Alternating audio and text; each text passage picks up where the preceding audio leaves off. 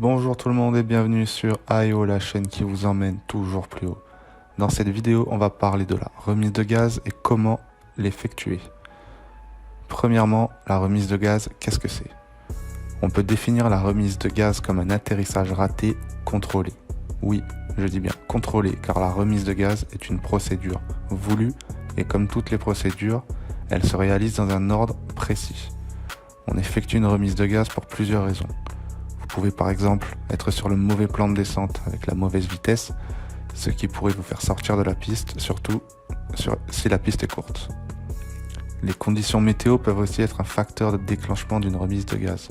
Par exemple, un cisaillement de vent à l'approche de la piste, ça peut s'avérer très dangereux et amener l'avion à décrocher étant donné qu'en configuration d'atterrissage, nous sommes à une vitesse minimale. Un autre facteur de déclenchement peut être aussi une piste occupée par un autre aéronef. Pour éviter toute collision, une remise de gaz s'impose donc.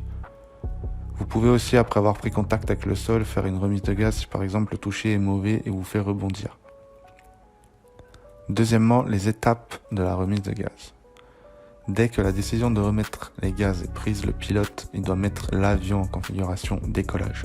Premièrement, il faut prendre une demi-assiette de montée et ensuite mettre pleine puissance.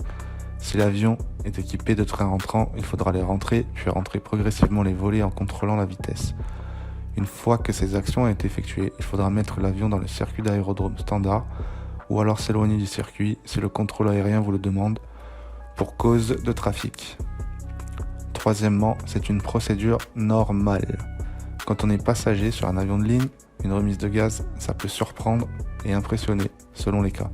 Certaines personnes iront même penser que l'avion a un gros problème et que la fin est proche. Bref, mais la remise de gaz, c'est une procédure tout à fait normale de sécurité qui est nécessaire dans plusieurs situations comme vu précédemment. Tous les pilotes, qu'ils soient pro ou non, s'entraînent à cette procédure comme à toutes les procédures, qu'elles soient normales ou d'urgence. On ne le répétera jamais assez, mais les procédures et les règles aériennes, elles sont uniquement conçues dans un souci de sécurité. Voilà, j'espère que cette vidéo vous a plu. Si c'est le cas, mettez un like et abonnez-vous à la chaîne. En lien, vous trouverez notre e-book offert, les 10 conseils pour piloter comme un pro. Moi, je vous dis à très bientôt et toujours plus haut avec AEO. Allez, ciao!